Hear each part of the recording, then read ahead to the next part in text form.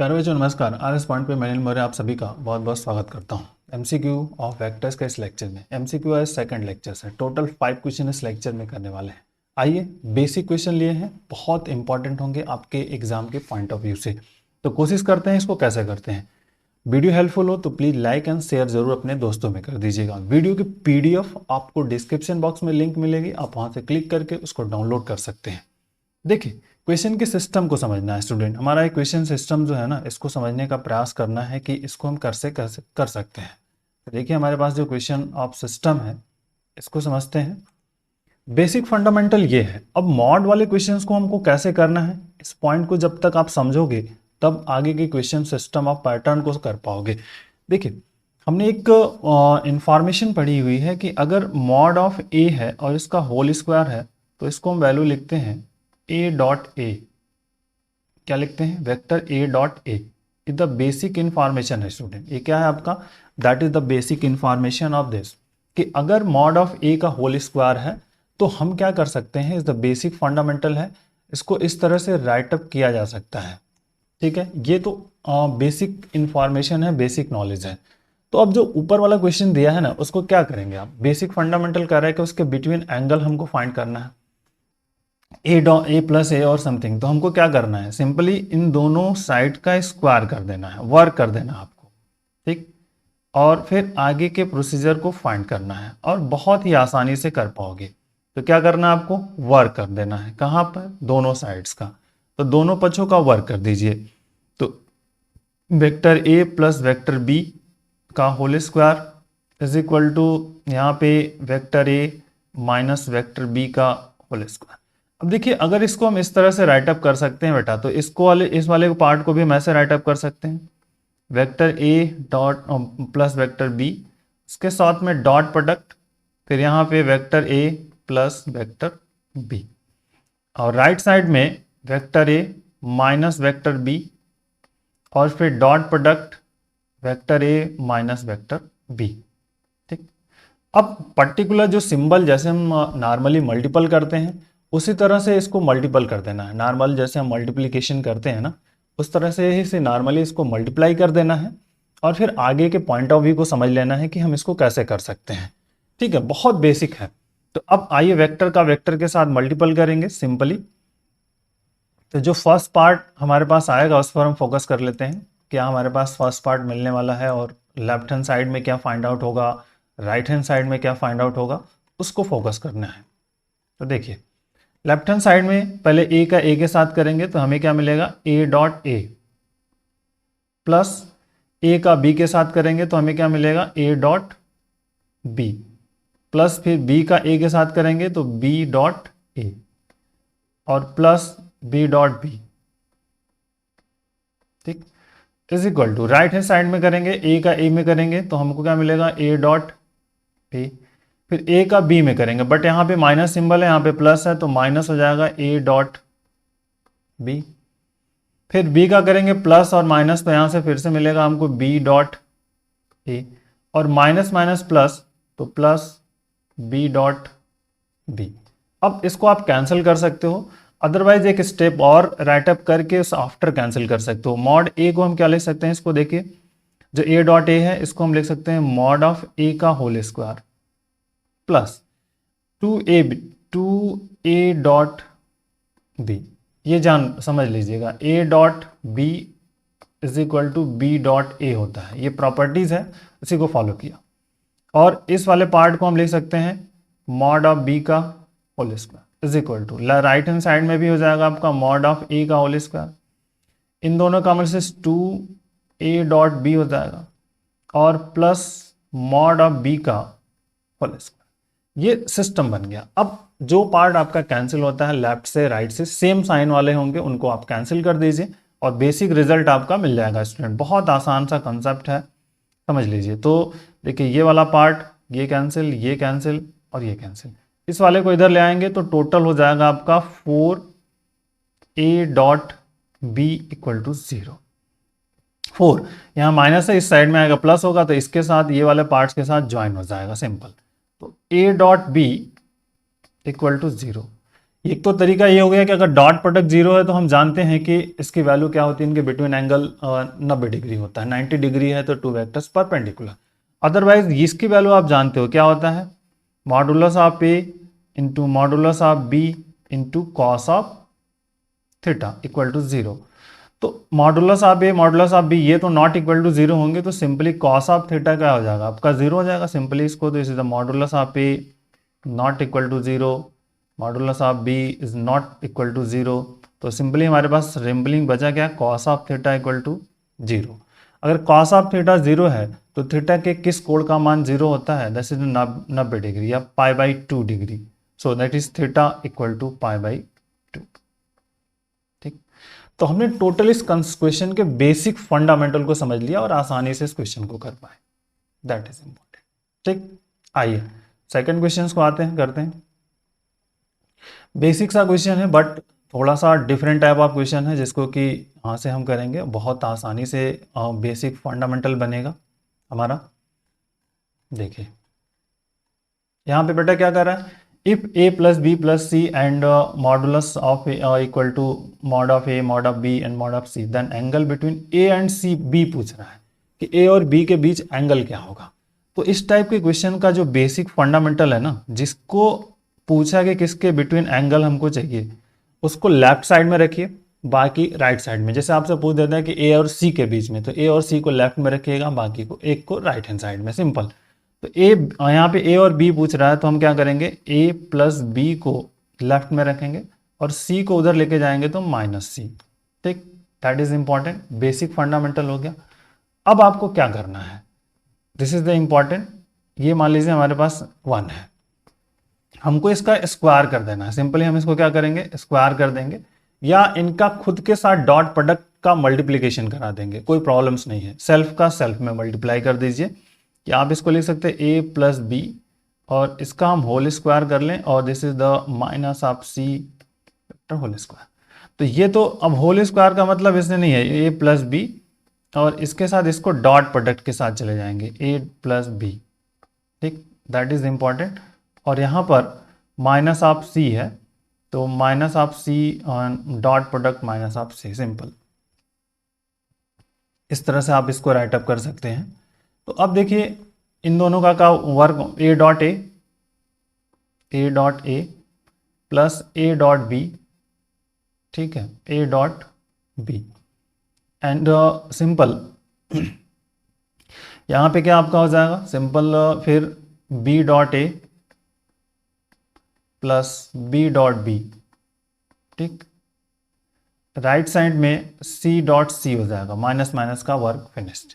ये हो गया आपका मॉड ऑफ ए का whole square plus 2a dot B. ठीक, and plus mod of B का whole square equal to mod of C का होल स्क्वायर। अब ऑल दीज वैल्यूज जो हमारे पास है उनको वैल्यू को पुट कर दीजिए सिंपली। देखिए मॉड ए कितना है, 3 है, मॉड बी 5 है, 7 है, मॉड ए है तो यहाँ पे हो जाएगा आप 3 का square plus 2a dot B at it is plus B.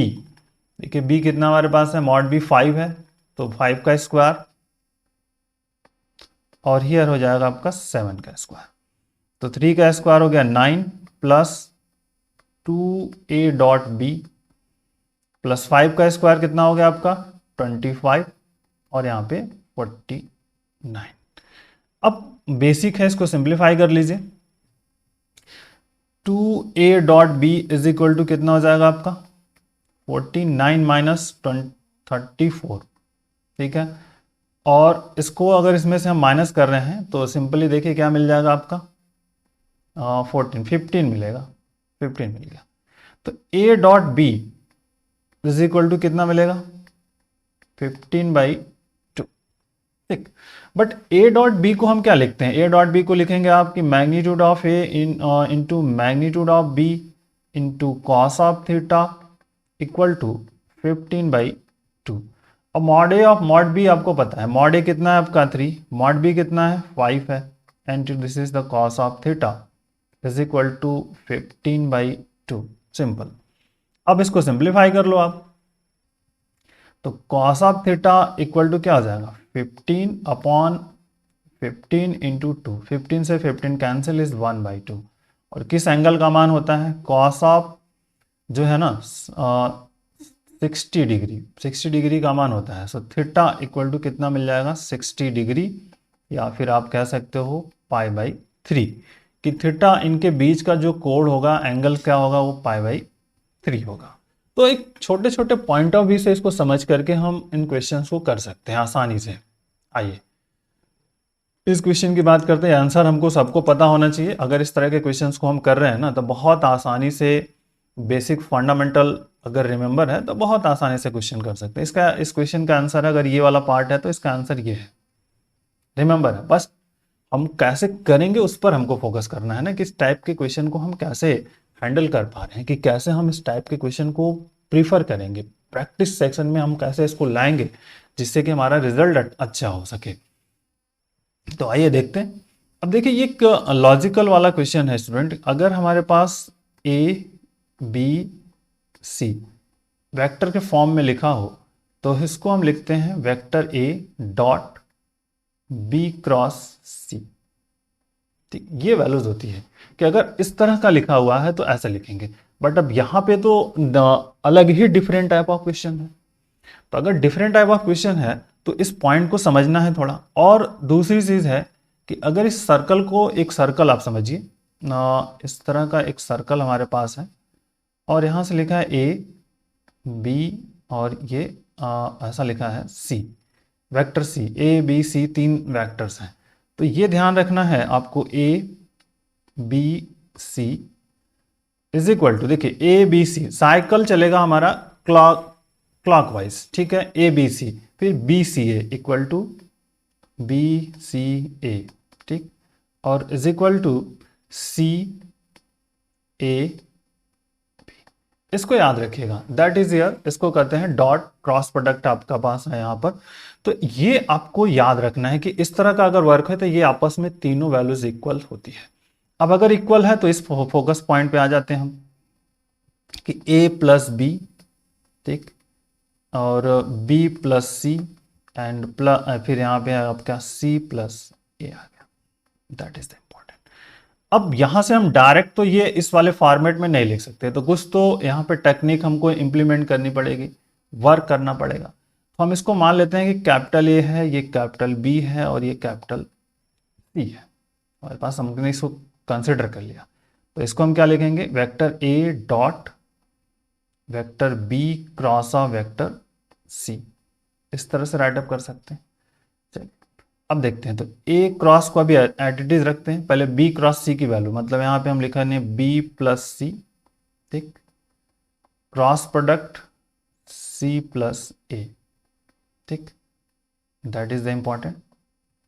अब इनका चूंकि क्रॉस प्रोडक्ट है तो इनको हम आपस में मल्टीपल कर सकते हैं, कोई प्रॉब्लम्स नहीं है।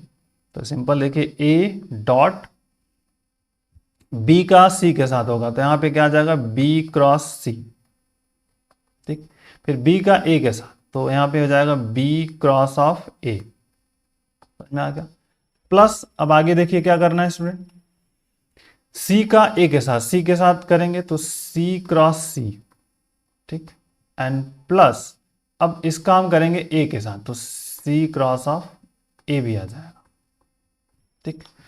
अब देखिए तीसरे एक दूसरा अलग पॉइंट हमारे पास है, ये जो बेसिक फंडामेंटल है ये वाला पार्ट, इस पार्ट की वैल्यू क्या होगी, 0 होगी। किसी भी वेक्टर का क्रॉस प्रोडक्ट यदि हम खुद का क्रॉस प्रोडक्ट करते हैं तो उसकी वैल्यू क्या होती है, 0 होती है। तो ये वाला तो 0 हो गया आपका, मतलब हमें बचा अब तो a की वैल्यू रख लीजिए, दैट इज क्या मिलेगा a plus B dot product, यहां पे हमारे पास जो रिजल्ट है b क्रॉस ऑफ c, ठीक, plus b cross of a, ठीक, and plus simple c cross of a। ये हमारे पास इस क्वेश्चन का फंडामेंटल बना। आगे आते हैं, अब इनका डॉट प्रोडक्ट के साथ जाते हैं। तो a का इन तीनों के साथ, फिर b का, तो चलिए a का तीनों के साथ हमको मल्टीपल करना है तो क्या आएगा a dot b cross c, पहला हो गया, प्लस फिर ए डॉट बी क्रॉस ए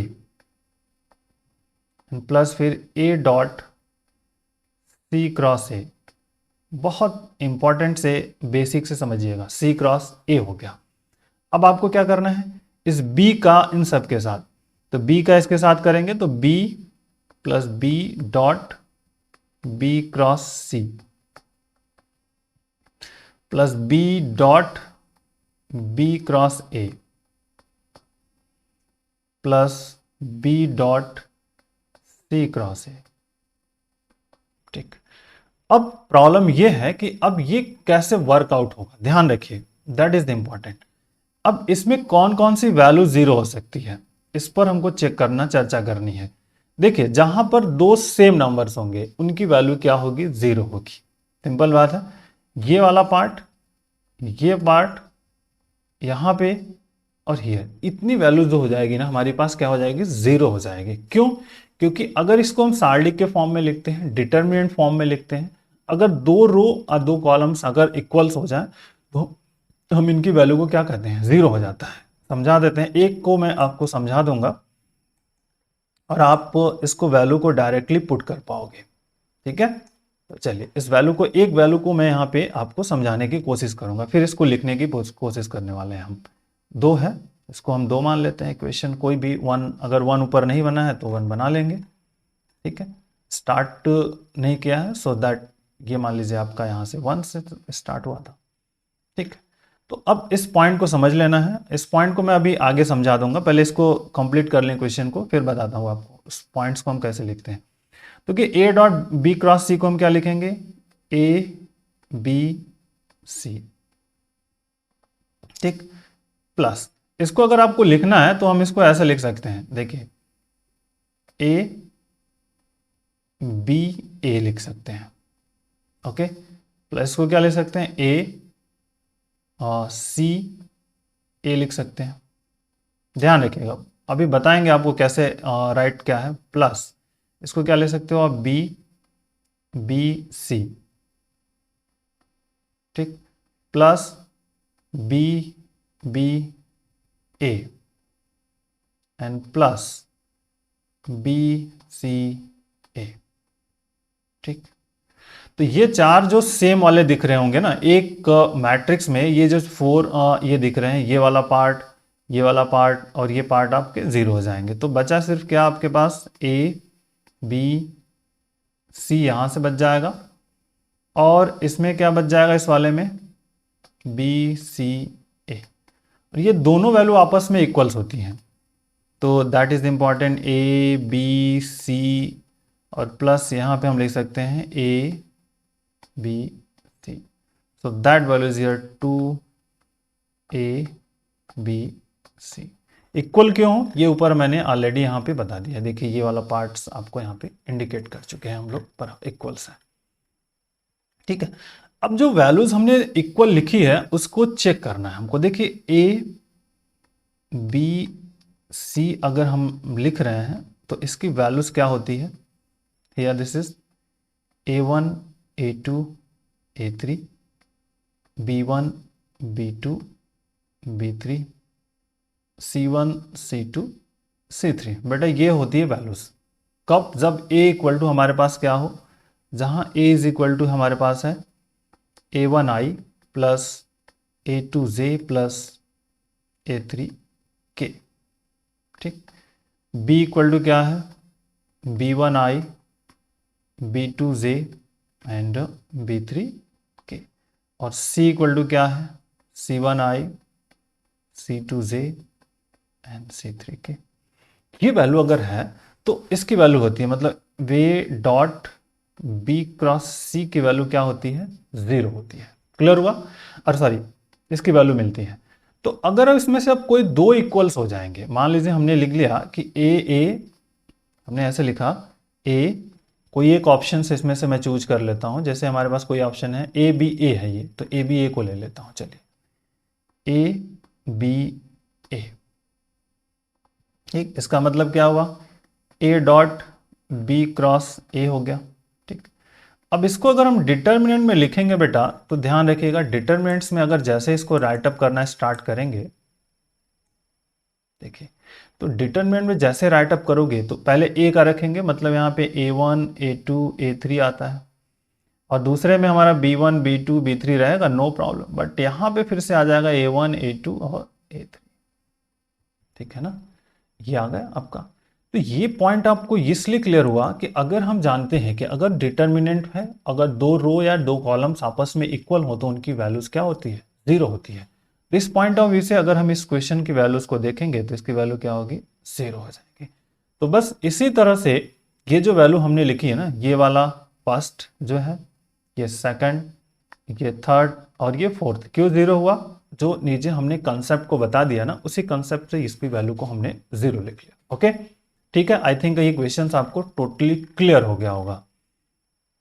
आइए इस क्वेश्चन को करते हैं। ये इसका क्वेश्चन का आंसर है हमारे पास, ये है बहुत आसान सा है, जिस तरह से नीचे वाला किया उसी तरह से ऊपर वाला किया है, बट उसमें प्लस दिया था, यहाँ पे प्लस नहीं दिया। तो अब ये थोड़ा लॉजिक से हटके क्वेश्चन होगा, इसके पॉइंट ऑफ व्यू पे बड़ा क्वेश्चन है, बट अगर आप प्रैक्टिस में हैं, ऑब्जेक्टिव क्वेश्चंस को कर रहे हैं, तो बहुत आसानी से तो नहीं कह सकता मैं, लेकिन प्रैक्टिस में रहेगा तो इजिली इसके क्वेश्चन के आंसर आपको याद होने चाहिए। सिंपली क्रॉस प्रोडक्ट है, ठीक, तो क्रॉस प्रोडक्ट है तो हम इसको सिंपली मान लेते हैं कि ये ए है, ये एक बी है और एक सी है। दिस इज कौन सा, ये ए, ये आपका बी और ये आपका सी। तो अब यहां से जो बेसिक यहां से क्रिएट होने वाला है उस पर हम बात करेंगे। तो यहां पे इस वाले वैल्यूज को हम लिखते हैं, क्या लिखेंगे, A dot B cross C. A dot क्या लिखेंगे, बी क्रॉस सी लिखने वाले, दैट इज इंपॉर्टेंट। तो ए डॉट तो रहेगा, अब बी क्रॉस सी की वैल्यूज को रख करके देखते हैं क्या मिल सकता है हमारे पास रिजल्ट। ठीक, तो बी कैपिटल बी रहने देते हैं अभी, क्रॉस। अब देखिए सी की वैल्यूज क्या है स्टूडेंट, हमारे पास है ए क्रॉस बी, तो यहां पे लिख देते हैं A cross B, that is important. अब प्रॉब्लम यह है कि अब ट्रिपल क्रॉस प्रोडक्ट आ गया, यहां पे हमारे पास क्या आ गया, ट्रिपल क्रॉस प्रोडक्ट। तो ट्रिपल क्रॉस प्रोडक्ट का फार्मूला क्या होता है, ये आपको अगर पता है तो आप कर पाओगे, ए क्रॉस बी क्रॉस सी, ये है इस तरह। इसकी वैल्यू होती है इसका आउटर, मतलब ए डॉट सी, ठीक, into B minus A dot B into C, outer into inner और इनर इंटू आउटर, ये फार्मूला है, इस फार्मूले का यूज करना है। तो ट्रिपल क्रॉस प्रोडक्ट यहां पे हमको लगाना है, ए डॉट अपने जगह पे है इनसाइड, इसका बी के साथ करेंगे, मतलब जो कैपिटल बी है इसके साथ स्मॉल बी का डॉट प्रोडक्ट यहां पे, नॉट क्रॉस प्रोडक्ट। देखिए तो यहां पे इस वाले हैं डॉट है, इस वाले में आउटर, आउटर पहले है, तो आउटर मतलब यहां पे बी इंटू बी, तो बी डॉट बी इंटू में क्या आ जाएगा, ए आ जाएगा, minus B dot A, capital B dot small A into small B और दैट वैल्यूज। अब कैपिटल जो बी है ना उसका मान रख दीजिए, कैपिटल बी हमारे पास क्या है, सी क्रॉस ए, यहां पे रख दिए, ध्यान से करना है, दैट इज इंपॉर्टेंट। तो C cross A into dot of B, ये आ गया, ठीक, और इंटू आउटसाइड में ए है, no problem, minus C cross A into dot of A, ठीक, इंटू बी और दैट ब्रैकेट क्लोज। अभी हमने एक प्रॉपर्टीज पढ़ी, बी की वैल्यू रखी है, तो इसको चाहो तो मैं इस तरह से यहां पर भी एक ब्रैकेट लगा सकते हैं, छोटा सा, इस तरह से समझ सकते हैं इसको, और इस तरह से इसको समझा जा सकता है, ठीक है। समझो सी डॉट सी क्रॉस ए है, तो इसको हम ए डॉट सी क्रॉस भी ले सकते हैं। तो इसकी ये वाली जो वैल्यूज है ना, ये वैल्यू क्या होगी, जो ऊपर वाले कंसेप्ट हमने समझे, ये जो ऊपर हमने कंसेप्ट समझा है, इस कंसेप्ट से रखेंगे तो इस वाले पार्ट की वैल्यू क्या हो जाएगी, जीरो हो जाएगी। इस वाले पार्ट की वैल्यू क्या होगी, जीरो होगी। ये क्या होगी, एक न्यूमेरिकल वैल्यू होगी, मतलब इसको हम ऐसे लिख सकते हैं, ए डॉट हियर, इसको हम लिख सकते हैं, इसको B dot C cross A है, simple B dot C cross A है, तो इसको हम इस तरह से लिख सकते हैं बी सी ए लिखा जा सकता है, और ये वाला पार्ट ए अपने जगह पर, ठीक, ए आ गया, माइनस, इसको अगर आपको लिखना है तो आप लिख लीजिए, कोई दिक्कत नहीं, यहाँ पे हमको लिख सकते हैं ए और फिर सी और फिर ए, इस तरह से, और इंटू बी और करली ब्रैकेट। ये बड़ा वाला ब्रैकेट नहीं है, ध्यान रखिएगा, दिस नॉट ग्रेटर ब्रैकेट, ठीक है, ये जो है ना नॉट ग्रेटर ब्रैकेट है, तो ध्यान रखिए।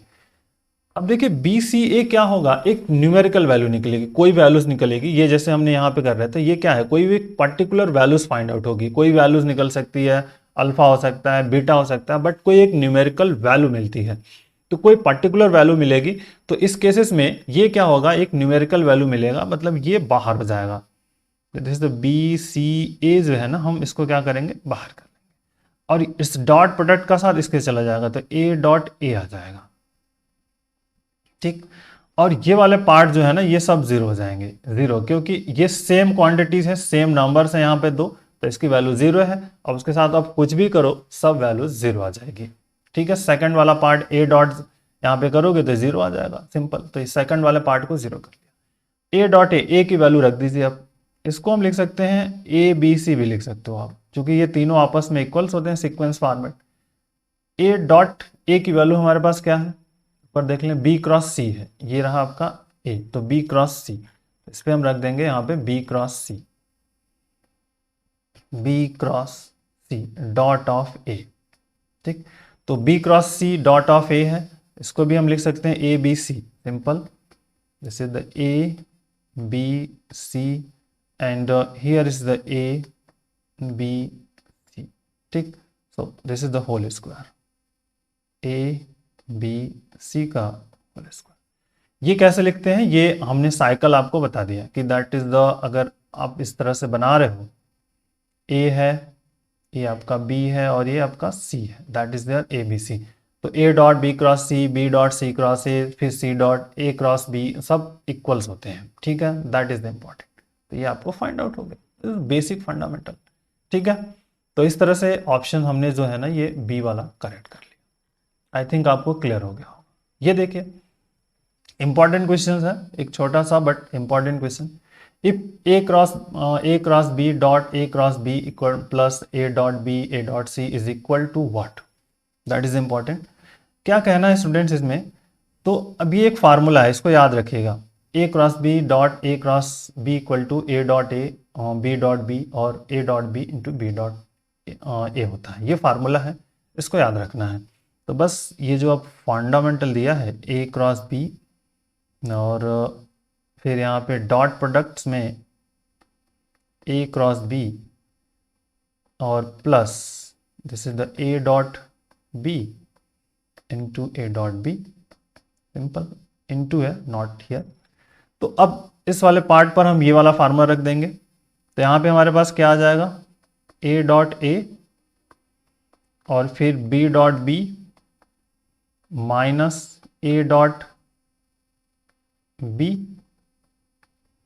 एंड इनटू में बी डॉट ए, और ये वाला पार्ट जो आपका है ए डॉट बी और फिर this is the A dot B, ठीक, ये वाला पार्ट्स। तो बेसिक फंडामेंटल यही रहा आपका इस क्वेश्चन का मोटो हमारा जो सॉल्व हुआ, ये वाला पार्ट, ये वाला पार्ट, ये वाला पार्ट कैंसिल हो गया, सिंपल, जो कि प्लस माइनस है कैंसिल, यहाँ पे क्या मिल गया, मॉड ऑफ ए का whole square and this is the mod of B का होल स्क्वायर, तो मॉड ऑफ ए का whole square mod of B का होल स्क्वायर, इस तरह say that is the answer आपका ये हो जाएगा, दोनों पार्ट्स में इक्वल, ठीक। The projection of vectors A और on the vector B is given by, so ये आपके लिए होमवर्क है, प्रोजेक्शन फाइंड आउट करना है। प्रोजेक्शन के फार्मूले मैं ऑलरेडी आपको डिस्कस कर चुका हूँ कि प्रोजेक्शन कैसे निकालते हैं, तो इनको हम नेक्स्ट लेक्चर में डिस्कस करेंगे, बट इस केस में आप इसको मॉडिफाई कर लीजिए और इसको सिंप्लीफाई करने का प्रयास ज़रूर करिएगा, जिससे कि आप एक बेटर रिजल्ट को फाइंड आउट कर पाओ और आपका रिजल्ट अच्छा हो। Okay, so take care, thank you, bye bye, जय हिंद।